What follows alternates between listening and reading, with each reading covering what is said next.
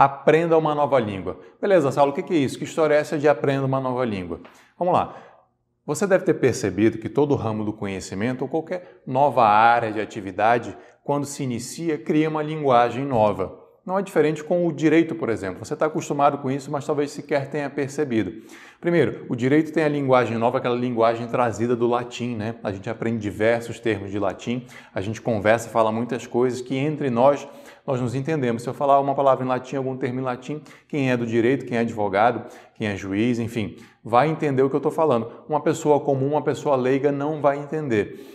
E a gente usa palavras do próprio português, da própria língua portuguesa, que tem um significado completamente diferente no ramo do direito.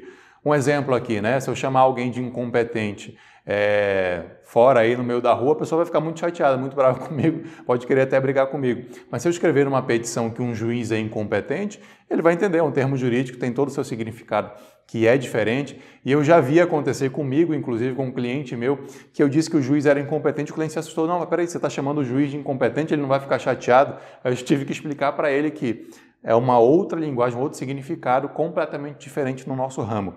Em todos os ramos é assim, né? Então, para que você comece a atuar num ramo diferenciado, você tem que aprender a nova língua, né? Tem que aprender a língua desse ramo. Eu vou te dar um outro exemplo, fazer uma outra analogia. Imagina que você quer viajar para um outro país, não sei se você já teve oportunidade ou não de viajar, mas você tem esse sonho de conhecer um outro país. Caso você vá para esse outro país sem conhecer nada da língua, você vai conhecer o país, vai ter uma experiência, mas essa sua experiência não vai ser tão rica, porque você não vai conseguir entender o que as pessoas estão falando, você não vai conseguir entender o cardápio de um restaurante, você não vai conseguir entender a placa da rua, o que ela está querendo te dizer. Então, a sua experiência vai ser muito limitada. Agora, se você vai para um país, se você conhece a língua daquele país que você está visitando, a sua experiência é completamente diferente. Você consegue se comunicar com as pessoas, você consegue entender o que as pessoas estão te dizendo, você consegue ler as placas da rua. Você, a depender do nível de profundidade que você tenha, se você tem uma fluência muito grande naquela língua, as pessoas começam até a te confundir, achar que você é um nativo, te tratar como um nativo, porque o jeito de você falar, o seu domínio pleno da língua faz com que as pessoas te tratem como um nativo. Agora imagina você indo para um novo ramo do conhecimento. Imagina você indo advogar para startups. Imagina você vai, por exemplo, sei lá, num evento, num meetup, né, de startups. Você chega lá e as pessoas começam a falar essa linguagem completamente diferente.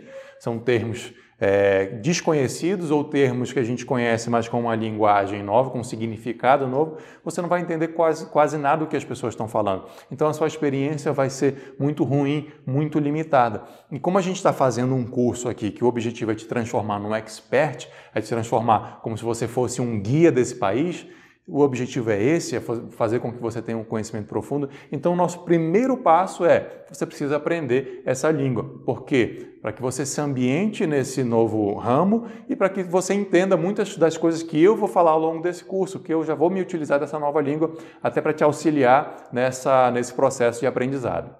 Legal, Saulo, entendi o que você quis dizer, entendi sua analogia, realmente estou aqui para ser um expert, para ser um guia nesse ramo. Legal, mas como é que eu faço, né? Cadê esse dicionário? Cadê esse curso de línguas para aprender essa nova língua? Esse é o ponto. Vou te dar agora algumas dicas, algumas maneiras que você já pode começar a aprender essa nova língua. Dicionário, como eu falei, é uma língua mesmo, então tem dicionários de startups para que você possa já se ambientar.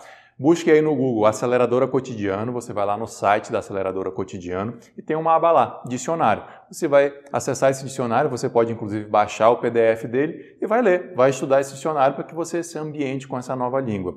A Startse também tem um dicionário de startups, muito bom também. Sugiro que você entre lá no site da Startse e busque o dicionário. Com esses dois dicionários você já vai ter muito vocabulário para atuar, para estudar sobre startups.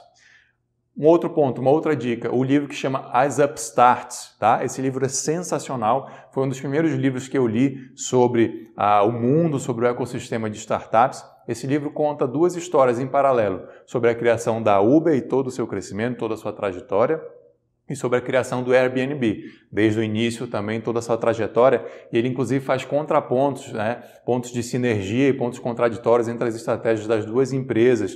Então, é um livro sensacional, só pela leitura em si já valeria que você lesse esse livro, porque são histórias muito bacanas de startup, de empreendedorismo, mas é óbvio que para contar essas histórias, o autor vai se utilizar dessa linguagem de startups.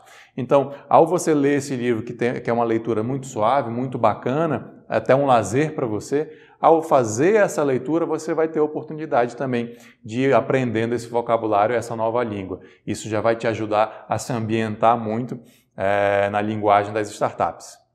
Pessoal, e como a gente está nesse mundo digital, uma outra maneira de você aprender a língua e se familiarizar com isso é seguir pessoas que estão falando, que tratam do tema de startups, né?